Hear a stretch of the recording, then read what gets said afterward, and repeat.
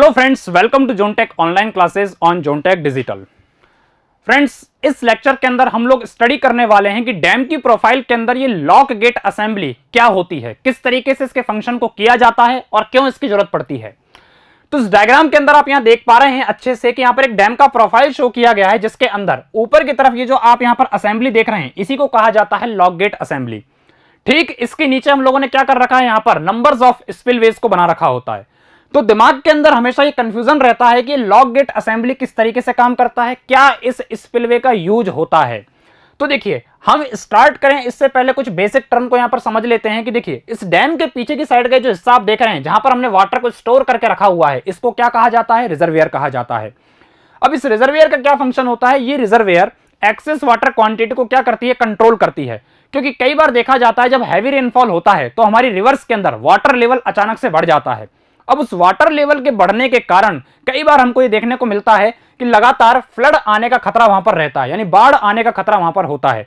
तो उस फ्लड को कंट्रोल करने के लिए हम लोग क्या करते हैं, डैम्स को बनाते हैं, क्योंकि डैम के पीछे वाला हिस्सा क्या कहलाता है, रिजर्वियर। और ये रिजर्वियर क्या करता है, वाटर को स्टोर करने का काम करता है।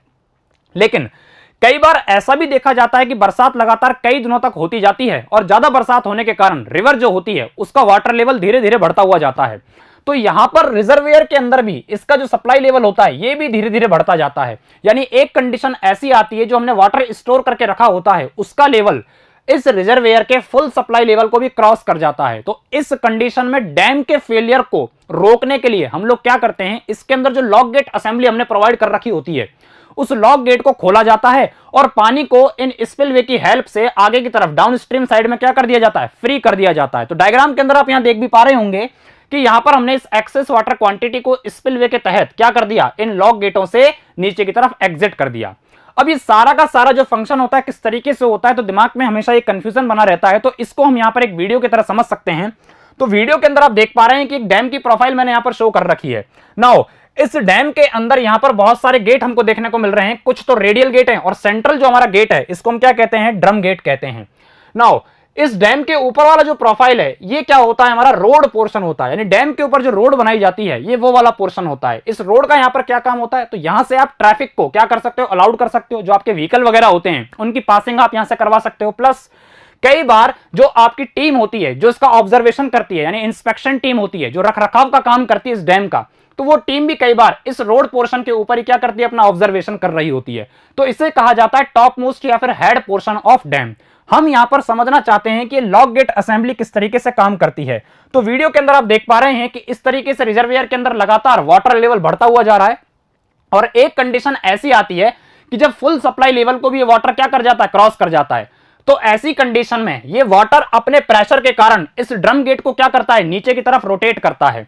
और ड्रम गेट जब ओपन हो जाता है तो ये बियरिंग के थ्रू हमने क्या कर रखा होता है, बाकी के सबसिक्वेंट गेट को भी जोड़ा रखा होता है। जैसे ही ड्रम गेट ओपन होता है तो सारे गेट ऑटोमेटिक इसके साथ ओपन हो जाते हैं और वाटर की एक्सेस क्वांटिटी को लगातार बाहर निकालते रहते हैं, जिससे रिजर्वियर के अंदर वाटर लेवल लगातार कम होता चला जाता है। तो आप यहां पर देख पा रहे हैं कि लगातार हम लोगों ने क्या किया, गेट्स को खोल दिया और गेट को खोलने के कारण ये जो सेंट्रल पोर्शन आप यहां देख रहे हैं इसी को क्या कहा जाता है, स्पिलवे कहा जाता है। तो इन स्पिलवे के थ्रू वाटर लगातार क्या करता जा रहा है, फ्लो करता जा रहा है और वाटर का लेवल जो है रिजर्वियर के अंदर लगातार कम होता जा रहा है। तो इस लॉक गेट असेंबली के कारण हम लोगों ने क्या किया, इस एक्सेस वाटर को बाहर की तरफ क्या कर दिया, एग्जिट करवा दिया। तो लॉक गेट जो होते हैं ये ऑटोमेटिकली वर्क करते हैं, यानी अपने आप वाटर के प्रेशर के कारण क्या करते हैं, वर्क करते हैं। यानी हमें मैन्युअली इसके अंदर कोई वर्क नहीं करना होता है। जैसे ही एक बार सारा वाटर बाहर निकल जाता है जो एक्सेस क्वांटिटी का है, तो ये लॉक गेट जो होते हैं वो ऑटोमेटिक क्या हो जाते हैं, स्टॉप हो जाते हैं। मान लीजिए रिजर्वियर के अंदर बहुत ज्यादा वाटर का लेवल है और फ्लड का डेंजर है, तो इस केस में आप कुछ वाटर क्वांटिटी को यहां पर एक डैम बॉडी से हटकर सेपरेटली जो हमने स्पिलवे बना रखा होता है जिसे कहा जाता है ऑक्सिलरी स्पिलवे, इसके द्वारा आप क्या कर सकते हो, इस वाटर को एग्जिट साइड करवा सकते हो। यानी ऑक्सिलरी स्पिलवे का हमारे पास क्या यूज होता है कि हमारी इमरजेंसी जो कंडीशन होती है तो उस कंडीशन में ये उस एक्सेस क्वांटिटी ऑफ वाटर को क्या कर सकती है, पैरेलली मतलब क्या, यहां पर भी वाटर क्वांटिटी को बाहर निकाला जा रहा है तो इसके साथ साथ आप इस ऑक्सिलरी स्पिलवे का प्रयोग भी वाटर की क्वांटिटी को बाहर निकालने के लिए कर सकते हो। तो इसी के साथ हम लोगों ने फ्रेंड्स यहां पर देखा कि लॉक गेट असेंबली यहां पर किस तरीके से काम करती है। तो आई थिंक ये सारी की सारी बात आपको यहां पर समझ में आ गई होगी। नाउ इसके बाद हम लोग यहां पर कैलकुलेट करते हैं वाटर प्रेशर को। अब वाटर प्रेशर को किस तरीके से कैलकुलेट किया जाता है, डैम प्रोफाइल के पीछे जो वाटर स्टोर करके हम लोगों ने रखा है उसका जो वेरिएशन होता है, यानी प्रेशर डायग्राम का जो वेरिएशन होता है वो कैसा होता है, ट्रायंगुलर होता है। नाउ जो हम फ्लूइड मैकेनिक्स के अंदर पढ़ते हैं पास्कल लॉ, तो पास्कल लॉ हमसे क्या कहता है कि जो प्रेशर होता है किसी कंटेनर के अंदर, आप किसी फ्लूइड को स्टोर करके रख दीजिए, तो वो फ्लूइड जो होता है उस कंटेनर की वॉल के ऊपर जो प्रेशर एक्सर्ट करता है, प्रेशर लगाता है, उसकी वैल्यू कितनी होती है, रो जी एच होती है।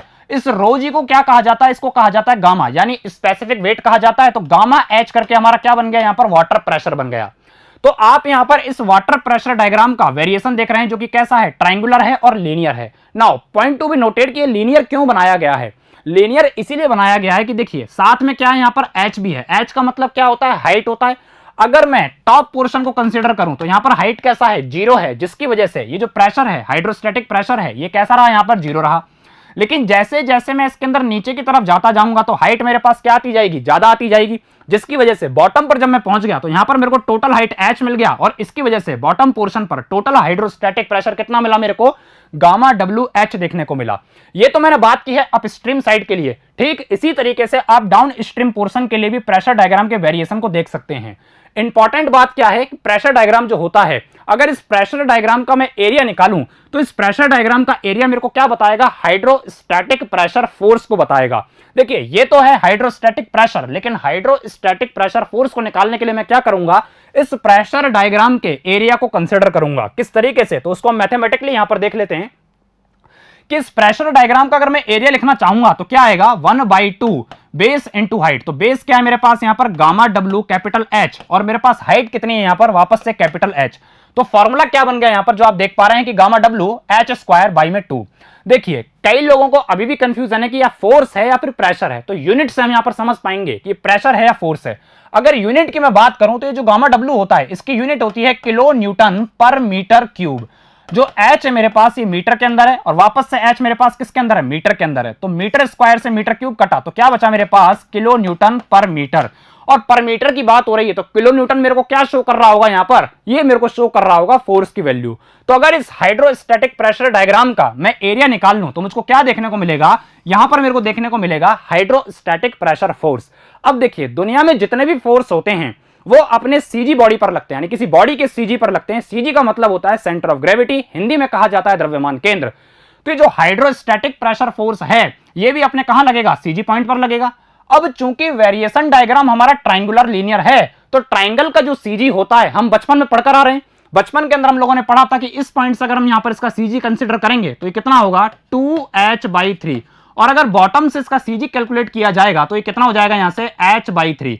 तो बॉटम से ये जो सीजी पॉइंट निकल कर आया जहां पर ये हाइड्रोस्टैटिक प्रेशर फोर्स एक्ट कर रहा होगा तो वो कितना निकल कर आ रहा है यहां पर, दैट इज h/3।